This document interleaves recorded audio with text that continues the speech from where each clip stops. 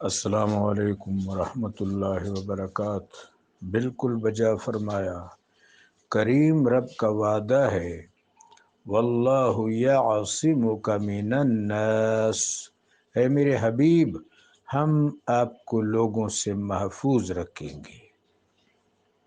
اور کریم رب کا وعدہ ہے، ورفعنا لک ذکرک، اے حبیب ہم آپ کے ذکر کو بلند سے بلند تر فرمائیں گے۔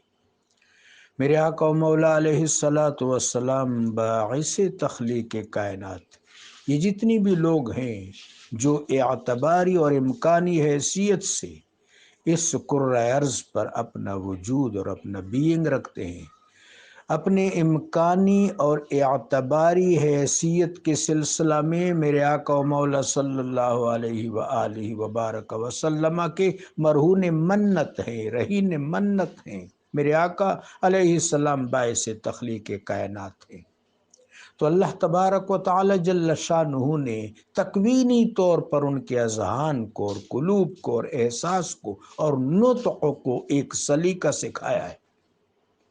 میرے آقا و مولا علیہ الصلوۃ والسلام کے عصر اقدس میں بھی ایسا ہی تھا کہ آپ کے سامنے کوئی آپ کی مخالفت نہیں کر سکتا تھا اور سر تعظیم خم کر دیتا تھا۔ باقی جو سوالات اٹھ رہے ہیں، بالکل آپ نے صحیح تجزیہ کیا کہ جو سوالات اٹھ رہے ہیں وہ ایک تو مسلمانوں کے کردار پر اٹھ رہے ہیں، دوسرا مسلمانوں کے افکار پر اٹھ رہے ہیں۔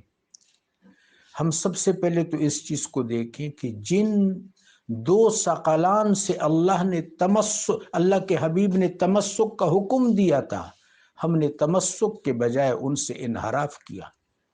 پھر ہم نے محبوب پاک علیہ الصلاۃ والسلام کی سیرت کے حوالے سے، انبیاء علیہم الصلاۃ والسلام کے عصمت کے حوالے سے اس طرح کی خامہ فرسائیاں کی جو ادب سے خالی ہیں۔ اس کے علاوہ دین کو ایک متصادم قوت کے طور پر پیش کیا گیا۔ ہمارے قلمکاروں نے، ہمارے اظہار پسندوں نے اسلام کو متصادم کر کے پیش کیا۔ یہ متصادم تو نہیں ہے، یہ تو متشامل ہے۔ تو سب سے پہلے اپنے اس گھر کو ریفارم کرنا، اس کو ریکٹیفائی کرنا، اس کو صاف و شفاف کرنا بہت ضروری ہے۔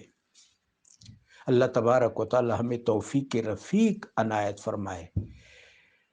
رب جلیل اپنے حبیب کے صدقے ہمیں توفیق سے نوازے۔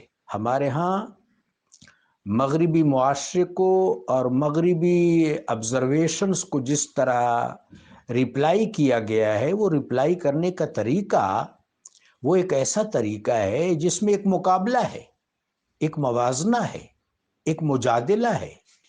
دراصل دین میں مجادلہ، موازنہ اور مقابلہ نہیں ہے، دین میں تو مشاملہ ہے۔